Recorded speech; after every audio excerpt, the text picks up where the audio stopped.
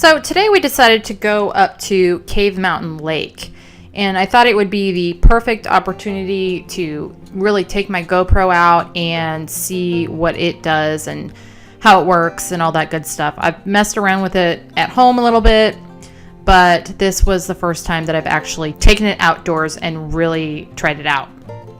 So we came up here to go do some fishing. They have a youth only season from April 1st to June 15th, and that is for 15 and under. And then after June 15th, it opens up to the rest of the public. So this was a cool little place to do some fishing. It's a 7-acre lake. They have a designated swimming section, and then the rest, I think, is fishing. They have several piers around the lake that you can fish off of, and so that's kind of nice. But there is also a campground up here. Now, it's not one that we would probably actually go to because there is no electricity or water. We've kind of got spoiled and soft and don't like going without water and electricity, which is funny because we used to tent camp. But anyway, we don't like going without that anymore, so we don't tend to stay in campgrounds that don't have those. But I did want to mention this campground because I thought it was absolutely beautiful. I wish I could have gotten footage of it, but I actually filled up the SD card on my GoPro. Another little thing that I learned about it out here today. So I wasn't able to get footage of the campground, but it is very pretty.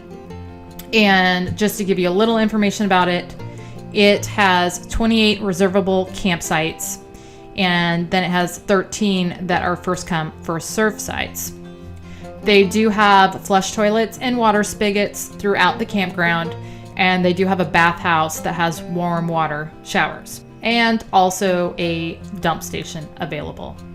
The fees per night is $18. And then the fee for day use of this park is $5. And like I said, that's what we did today. We just did a day use, and probably won't be camping here in the future just because of the no electricity or water. But if I was going to bend the rule on one, I would probably do it on this one because it is very pretty. Another thing that I liked about this area is there are what looks like several hiking trails. The problem with them, I did go on one of them that kind of goes around the lake to the dam.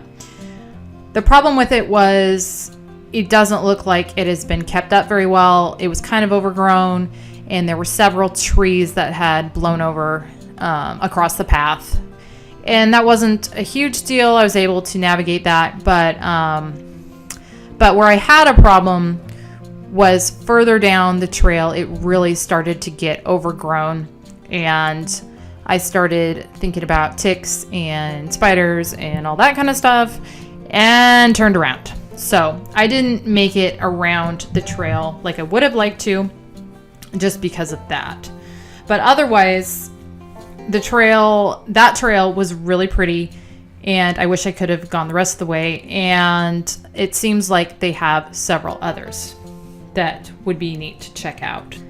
So aside from my SD card filling up, and I'm not sure if that's something that GoPro the SD cards just don't hold that much, or something that I messed up. The only other issue that I had with this was when I was filming and I went back and looked at the footage on the GoPro, it was extremely grainy, and I don't know what was causing that. And when I uploaded the footage to my computer, most of that graininess was gone, but I do still see it in different places. So that's something that I'm trying to figure out the cause of. But other than that, the experience of using it was awesome. It did exactly what I wanted it to do. I didn't try to hold it steady or alter the way I walked. And the terrain I was walking on was pretty bumpy and uneven with all the tree roots and all that kind of stuff.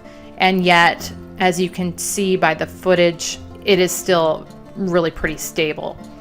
And that is the main thing that I was wanting from the GoPro. It definitely met my expectations on the stability thing. And I was filming in 1080, not 4K. I didn't want to do the 4K because I didn't want to run my battery out. And I've noticed that when I use 4K, just messing around with it at home, the battery runs out pretty quick. So I did this in 1080, and I do still think in 1080 it looks pretty good, despite the fact that there's a little bit of graininess. And I don't even know if that's noticeable to people watching it if they didn't know it was there. But I am curious if anyone else has experienced issues with graininess in the footage, especially noticeable on the GoPro, because I would like to figure out what is causing that. But all in all, it really worked well. And as far as learning it, that was really simple too for me, which was a surprise because I am so tech challenged that I thought it was going to be really hard for me to figure this thing out, and it definitely was not. It's really pretty easy to use and operate. And again, I just love the fact of how light it is and how you can pretty much take it anywhere. So I would say overall, my opinion on this is it's really, really cool, and I'm very, very happy that I have it still. I will definitely be taking it out more. I've got a little mini trip coming up with my family, and I'm going to be taking it on that. And I just think that it's going to be a whole lot of fun to keep using. At this point, we definitely recommend the GoPro. That is all I have. I just wanted to show a little footage, let you know what I thought about it, and how I was doing with it. I hope you enjoyed this video. Thank you so much for watching, and I will see you in the next one.